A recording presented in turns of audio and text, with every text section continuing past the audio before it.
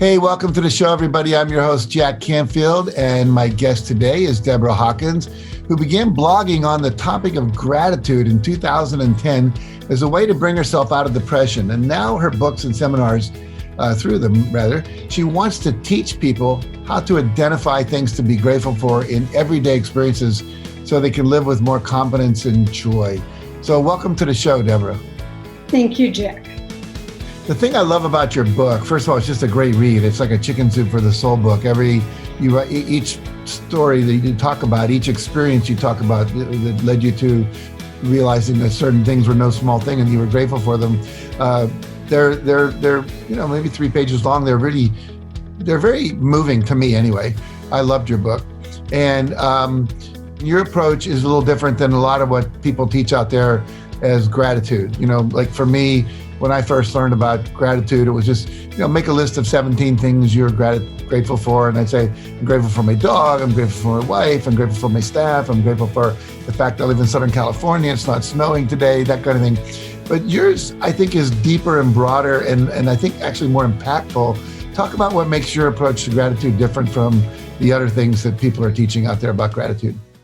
I think most people are familiar with this approach that you talked about, ending the day by listing things that they were happy about. So it's really about identifying pleasing outcomes, like what they thought worked out well for them.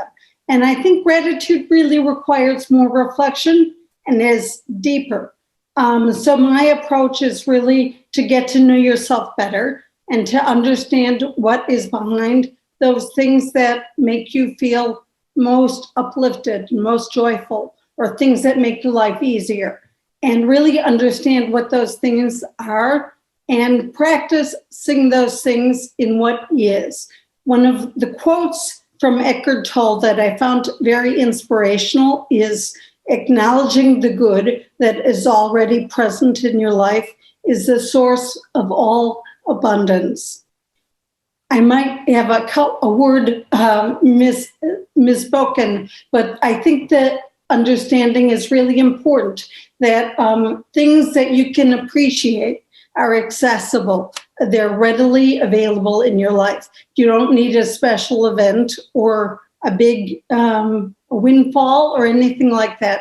If you contemplate what really is moving to you and get to know yourself better, you can really identify gratitude, sources of gratitude that are already in your life. Yeah, well, one of the things you wrote about that I really loved in your book was just how you would go to the open air food market, let's call it. There's a name for it in Chicago, where it'd be different, produce and plants and flowers and things for sale, and how it would change over the seasons, and how, one season there's eggplants, another season there's peppers and tomatoes and corn and so forth, and peaches and all that. And it just made me realize, I just went to the grocery store the other day, and this grocery store is based on the European model, and the vegetables are stacked in such a way you can take a picture of it, would be an art piece. And normally I don't think I would have stopped and really appreciate that. But after reading your book, I said, this is just an everyday experience in my life that I can stop for a moment and really be grateful for it, because it's excellence. It's something that's a work of art. And so I really appreciate that from you. And so my question is based on that, is like, how do you feel people can benefit from this type of a gratitude practice in general? And maybe talk about how this type of practice can be especially helpful now during these challenging and chaotic times with the pandemic and all. My approach really boils down to 3 steps. The first step is to examine past experiences or identify them, actually, where you felt grateful. And you don't have to really think about this a lot, but then go into it a little bit more to understand why you felt really grateful in those circumstances, and distill those things down into themes that you could broadly apply to other situations. And the third step would be to practice seeing those things in what is in a new situation, wherever you're finding yourself. So like you brought up going to a market. And why was it like in my grateful, did it spark gratitude in me? I really saw beauty. One of my gratitude themes from past examination is beauty. I really saw a beauty that transcends, that is beyond like aesthetic beauty. There's something that to me beautiful about things being in the right time. And so I looked at this experience of being in this market and I asked myself, how are my gratitude themes, any of my gratitude themes, showing up in this situation? And I thought about how beautiful it was that things are really special because they don't last, because there's the right time to enjoy them. And that really connected me with very positive feelings. I really think that it's important. It's much easier to connect with positive feelings when you know what you're looking for. So if you do a little of this work beforehand to identify what your personal gratitude themes are, it's more likely that you will find them in new situations. Because you're intentionally looking for them. Correct. You talk about intentional gratitude, which I love that phrase.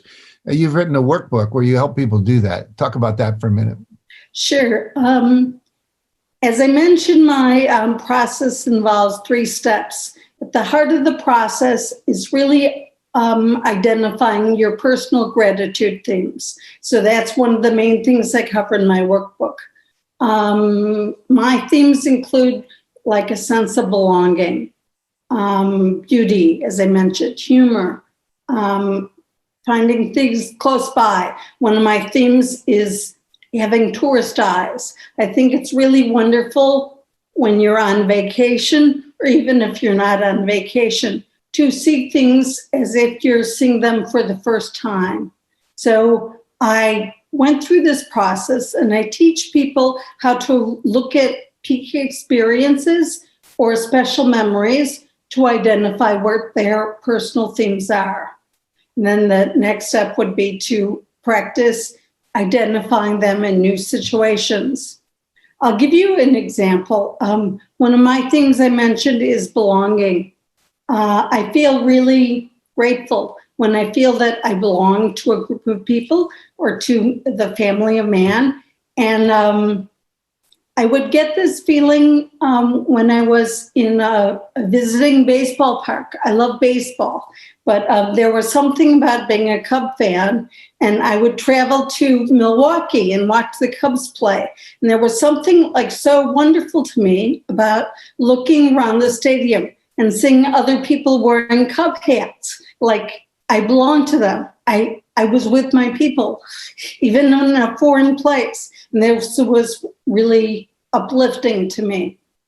And I think it's very important, especially now, that people know what their gratitude themes are, because things are very chaotic. They could seem outside of your control, but where you put your attention is within your control. So that's really important to realize.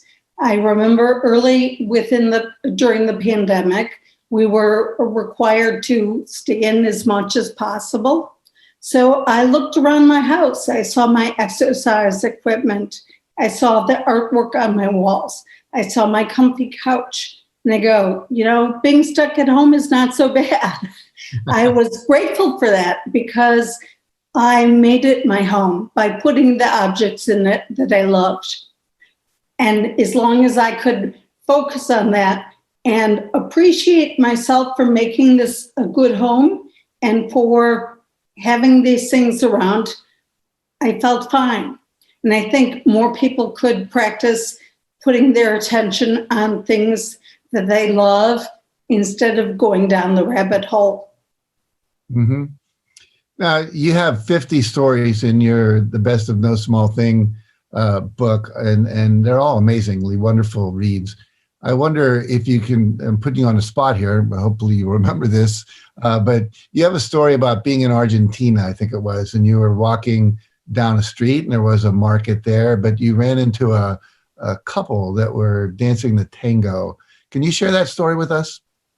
Well, I encourage everybody to read it. I don't want to actually spend the time reading the whole thing, but I really loved being in this market because it provided a venue to witness unexpected things.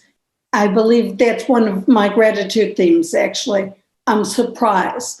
I love most times when I could see something by surprise, because I think it's a sign of humility.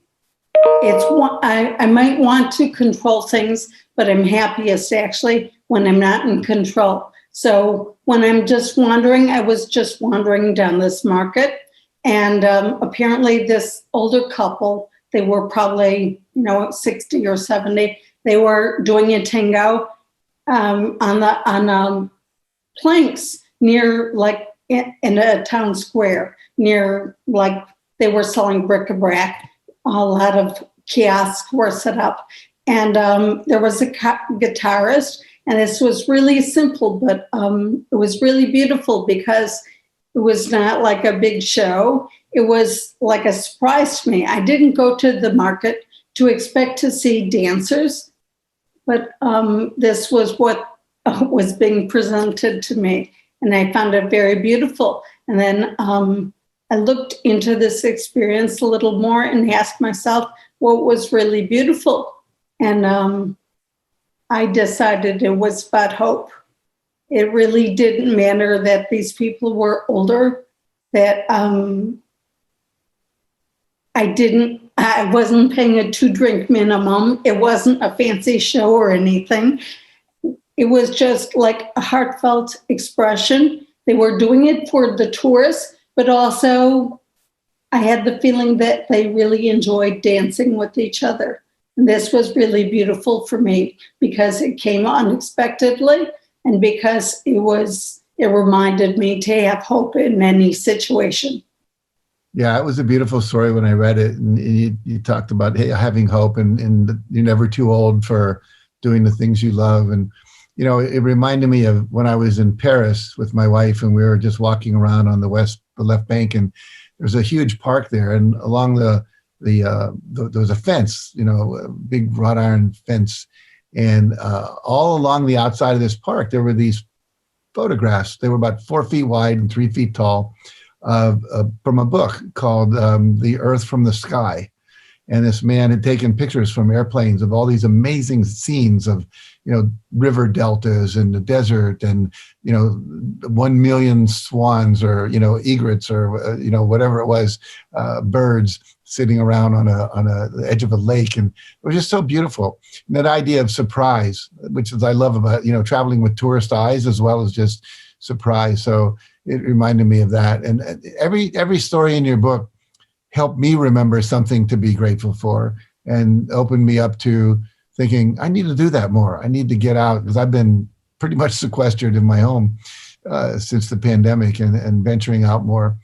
Anyway, thank you for that. So how has practicing gratitude by intention changed you in your life? I think the greatest thing is confidence. I mean, gratitude often is pointed out from religious orientations as being a virtue. And that's really important. But I think an often overlooked benefit of gratitude is confidence. I actually live my life now expecting to find things to appreciate everywhere.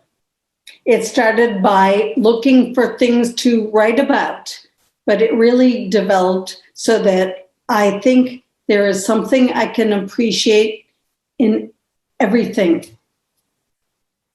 And that's changed me quite a lot. Yeah.